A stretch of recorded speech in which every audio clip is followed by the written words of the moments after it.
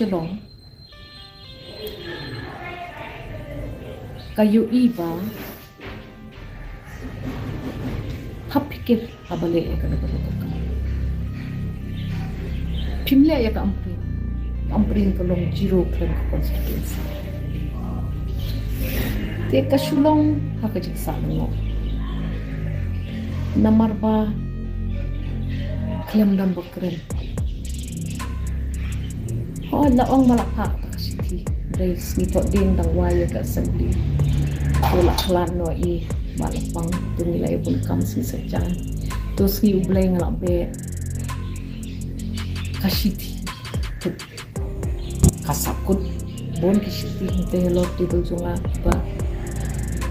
kitlam ongke yang abang kuliah kasiti bon kasiti tinggal abang kuliah kasiti akan kono kasini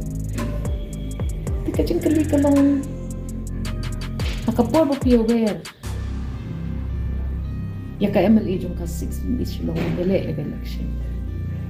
piwan mat man ka blok ya kendo pipan jing pet nomor ngate ngama ban decide mga kade ka blok nga ka decide ayo minle ting issue so kundet lingo la mo ban shuya be anak kamu kamlong bean ban drop yang kamlong bean kabalik mo uy problem ba udon kepada authority ban lek ka mo kinring di suong jat balaya don hakaseng laya don kapati balay chandya kana balay chandya kre siya ingin ya batsa bon ki bala wan ka kapati ini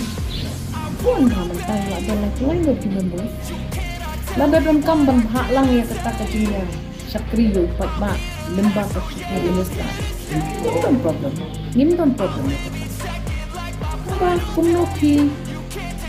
le ya kata ko kumnopi communicate ya kata kumnopi pentip yang ya kata kalau ni supwa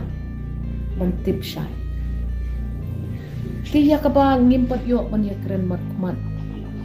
but chief minister ni rungim kwa menyekat ya kajabo kajabanya lembah kasuksan tu kinong patay bot nrei nabak sikli yang apis mo kuno tilong haka lingo namarba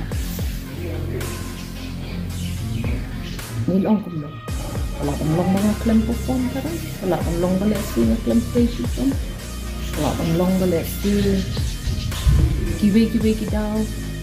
baru kajingnya keren kajingnya kana ka penting ya kadilti nang baka numban kata kasok kriang hanu namar nga hiti bas no ba